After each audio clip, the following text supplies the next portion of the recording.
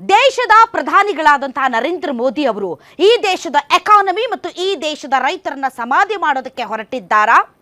Make in India ಅಂತ ಹೇಳ್ತಾ ಇಂಡಿಯಾನ sale ಮಾಡೋದಕ್ಕೆ ಹೊರಟಿದ್ದಾರಾ? ಟ್ರಂಪ್ ಜೊತೆಗಿನ ಡೀಲ್ನಲ್ಲಿ ನರೇಂದ್ರ ಮೋದಿ ಅವರಿಗೆ ಧಮಕಿ ಹಾಕಲಾಗಿದೆಯಾ? ಟ್ರಂಪ್ ಬರೆದಿರುವಂತಹ ಡೀಲ್ನ ಪ್ರತಿಯೊಂದು ಅಂಶಗಳನ್ನ ಸವಿಸ್ತಾರವಾಗಿ ಓದದೆ ತಿಳಿಯದೆ ಕಣ್ಣು ಮುಚ್ಚಿಕೊಂಡು ಮೋದಿ ಅವರು ಸಹಿ ಹಾಕಿದ್ದಾರಾ? ಹಾಗೆ ಯಾವ ಪ್ರಧಾನಿ ಕೂಡ ಮಾಡೋದಕ್ಕೆ ಸಾಧ್ಯ ಇಲ್ಲ. ಹಾಗಾದರೆ ಪ್ರಧಾನಿ ಮೋದಿ ಅವರ ಮೇಲೆ ಏರಿದಂತಹ ಒತ್ತಡವಾದರೂ ಎಂತಹದ್ದು? ಪ್ರಧಾನಿ ಮೋದಿ ಅವರನ್ನ ಬ್ಲ್ಯಾಕ್ ಮೇಲ್ ಮಾಡಲಾಯ್ತಾ?